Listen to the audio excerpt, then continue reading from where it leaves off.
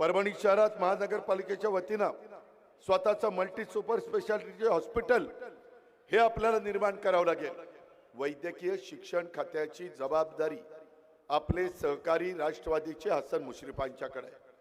त्याच्यामध्ये मी मुश्रीफ साहेबांना सांगितलं, ते म्हणतील दादा निधी द्या, निधी मी देईन, कारण माझ्या परभणीमधले आरोग्य चांगलं परभणीकरांचं राहण्या करता त्यांना दुसऱ्या कुठल्या शहरामध्ये जाऊन उपचार करणं हे कधी कधी महागाचं पडतं, परवडत नाही, ऐपत नसते, आणि त्यामुळं इथल्याही वर्गाला किफायतशीर दरामध्ये, वेगवेगळ्या गरीब वर्गाला तर मोफत दरामध्ये अशा पद्धतीनं मल्टी सुपर स्पेशालिटी हॉस्पिटल आपण निर्माण करून त्याच्यामध्ये सगळ्या सुविधा द्यायच्या। माझ्या आता डोक्यात आलेलं आहे की जिल्ह्याची जी ठिकाणं आहेत त्या जिल्ह्याच्या ठिकाणी अशा प्रकारची हॉस्पिटल बांधायची आणि त्याच्यामध्ये एक विंग